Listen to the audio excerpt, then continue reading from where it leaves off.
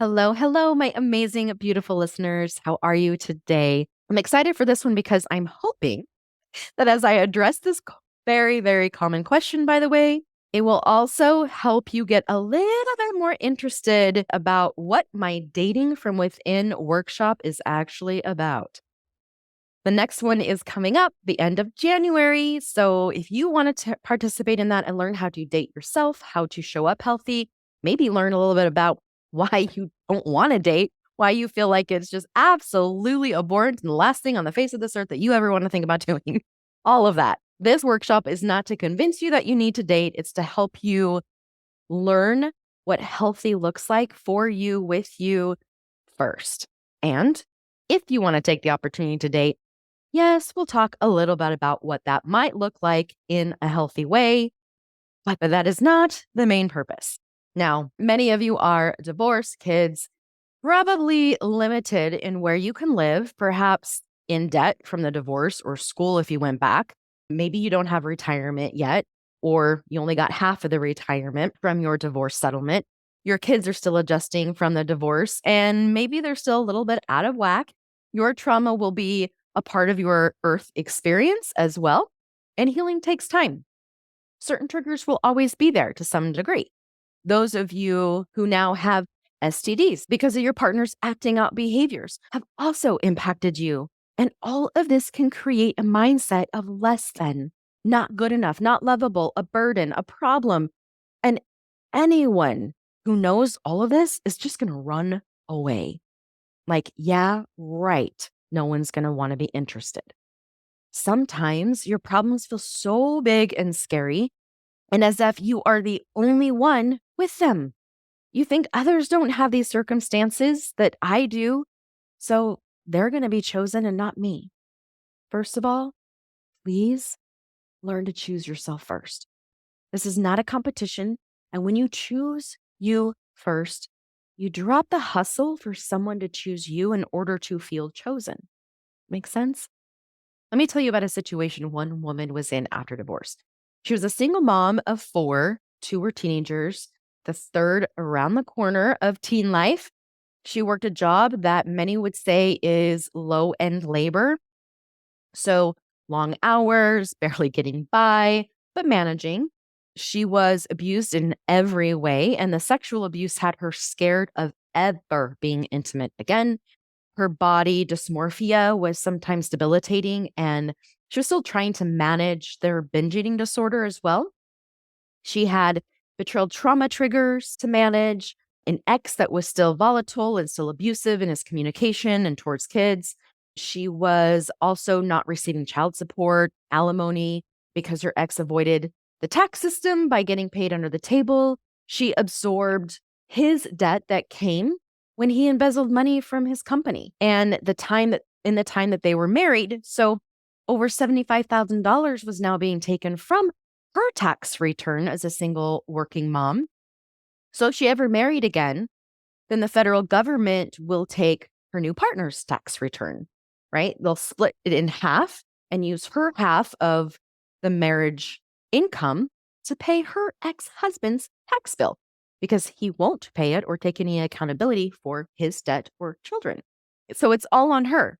And even his family can stand by and allow her to absorb all of that debt when they're fully aware that she did not cause or contribute to it. Okay, I digress.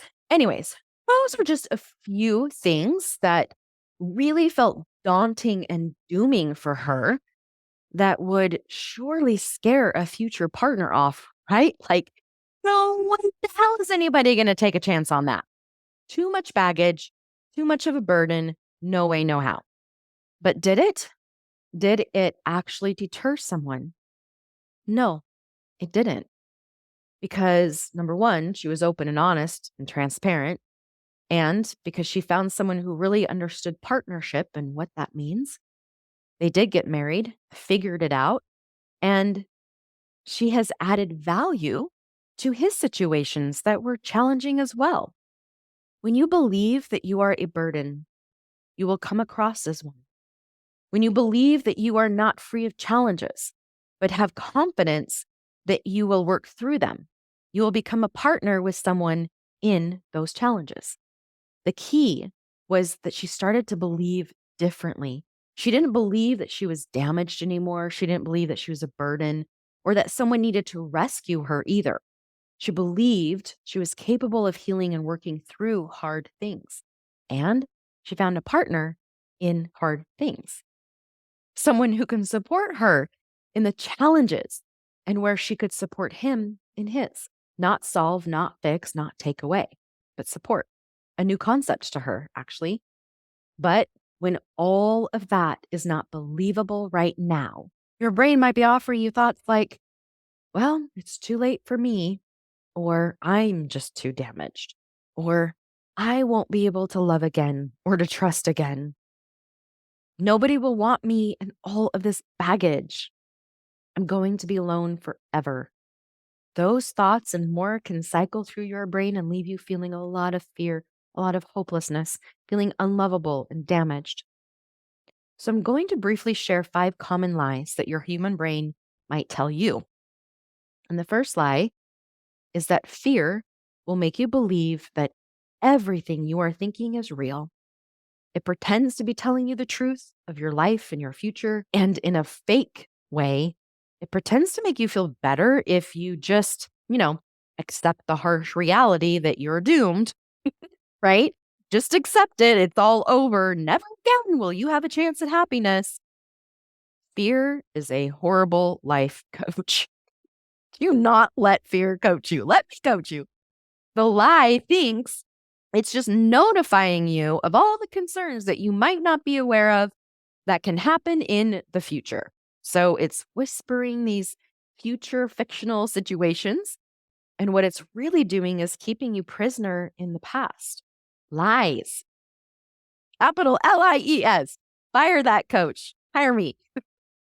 Okay. The next lie your brain tells you is that you have lost the one. I just need to pause for a moment there. I need to do a whole episode on the one. Oh my gosh. Anyways, your brain's going to tell you that you had one shot at love. It's gone. It's destroyed. Over. Never again. You'll never be able to love or be loved. Sometimes the Disney happily ever after knight in shining armor idea of a relationship and love massively distort and distract from your agency to choose, and make you believe that you have to be good enough to be chosen.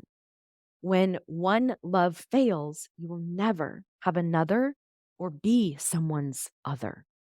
This is such a big, huge, fat lie. How do I know this? Because, first of all, nowhere does it say that we have one love and one soulmate, except stupid Disney movies. This belief limits you as a chooser. It limits your ability to choose to love and see options to have hope and faith.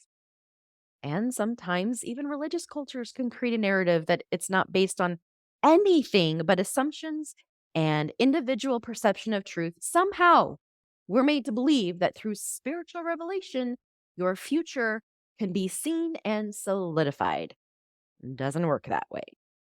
Okay, another lie that fear tells us is that because you had a failure in the past, you will fail in the future or someone will fail you.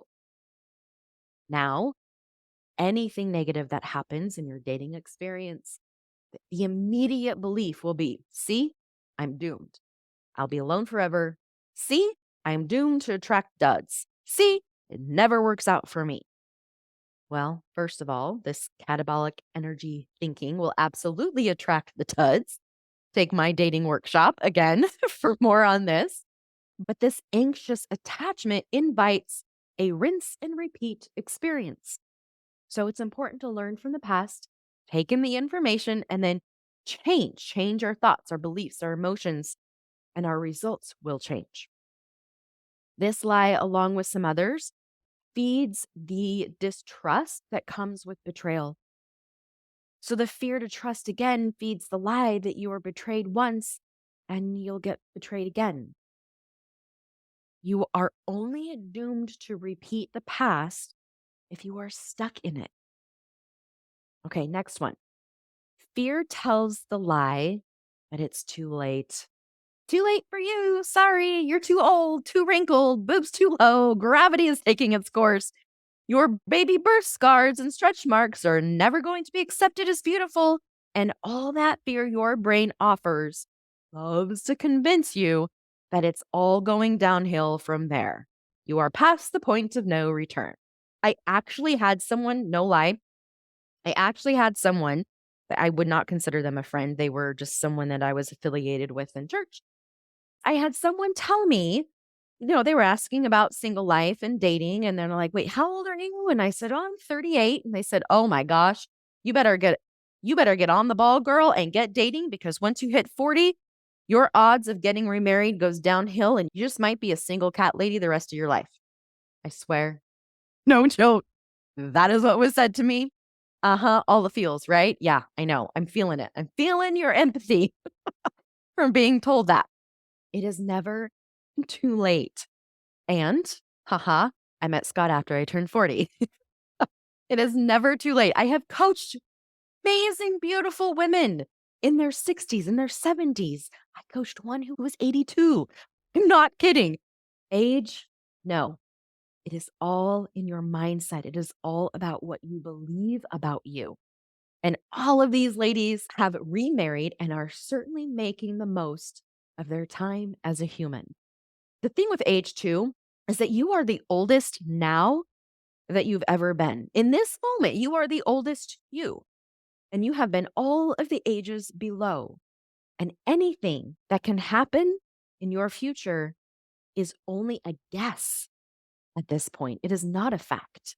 The truth is, the only time that it's too late is when you believe that it's too late, which leads to the next lie that fear will tell you. And that is that now, what is happening right now is always, meaning what's happening in your circumstance right now, your now age, your now pain, your now hopelessness, loss, that it's going to be always and forever. What's that old saying? The only thing that we can be certain of in the future is change. Today always becomes tomorrow, and you don't know what tomorrow brings today.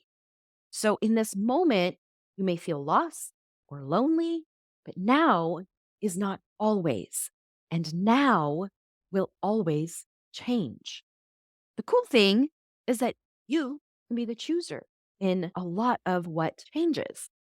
So more than anything with this episode, I just want you to see that you believing that you might scare someone off or that you're that you're too much.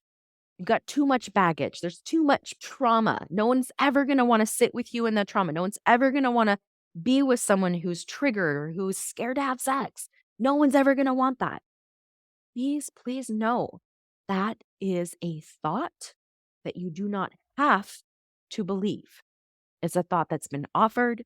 I think it would be great to get curious about where that thought came from, but ask yourself and maybe do a little journaling around this. If that thought is not available to me, okay, if the thought of I might scare someone off or I'm too much baggage, whatever that is, if that thought is not available to me, then what would I do? What would I not do? Ask yourself, why am I choosing to think this thought? Why am I choosing to think this? Why am I choosing to think and believe this? How might this be serving me to think this? And I will tell you, most of the time when we can really get curious about this thought, well, I'm thinking this because if I don't think it, then I might have to date, right? If I don't think that I'm a burden, I'm too much, and I'm baggage, and I don't believe that, then that means I have to date because I might have someone want to date me. And that leads to maybe some other thoughts and beliefs that we're having to keep you from doing that, which is why, again, my dating from within workshops can be really helpful. Guys, you can start to see what a lot of those thoughts underneath all of this, what's really showing up and just masking itself by believing that you're a burden. I will tell you this, nothing is going to come, nothing healthy for you in your life, whether you date or not, is going to come from believing that you're a burden. In fact, it is creating some catabolic energy and limiting you in options that you do have to create. to create a life that you want, to create a life that you can choose, because you are the chooser in your life. And you get to choose the life and the experience, thoughts and the beliefs that you want to have about you, about your situation, about your experience. You get to think and feel what you want about all of it because you can. All right, everybody, take care. Head over to the show notes and click on that link, Dating from Within, and just click it. Click it and join me. We have so much fun. The sessions are recorded, so if you can't make all 3 nights of that workshop, no worries. The workbook alone that comes with it is super helpful, so amazing. You can take your time, you can take the workshop, get the live coaching around with the concepts that I'm teaching, and start practicing for yourself to date yourself. And you can take as long as you want to date you. All of the ladies who I have had to take this course, I have had such great feedback. Some of them wish they had this a few years ago. It would have saved them some anguish they didn't need to feel, some beliefs about themselves that they didn't need to believe. I am so proud of this workshop. It is one of those things that I wish I would have had, because truly and honestly, it is not about getting you to date or get into a relationship.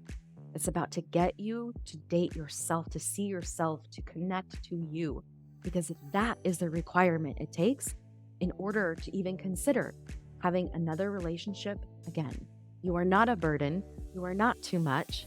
And this is why you need the Dating from Within workshop, so that you can stop believing these really mean things about yourself. So again, head over to the show notes. The next one is the end of January. I cannot wait to see you there and support you to be the chooser today.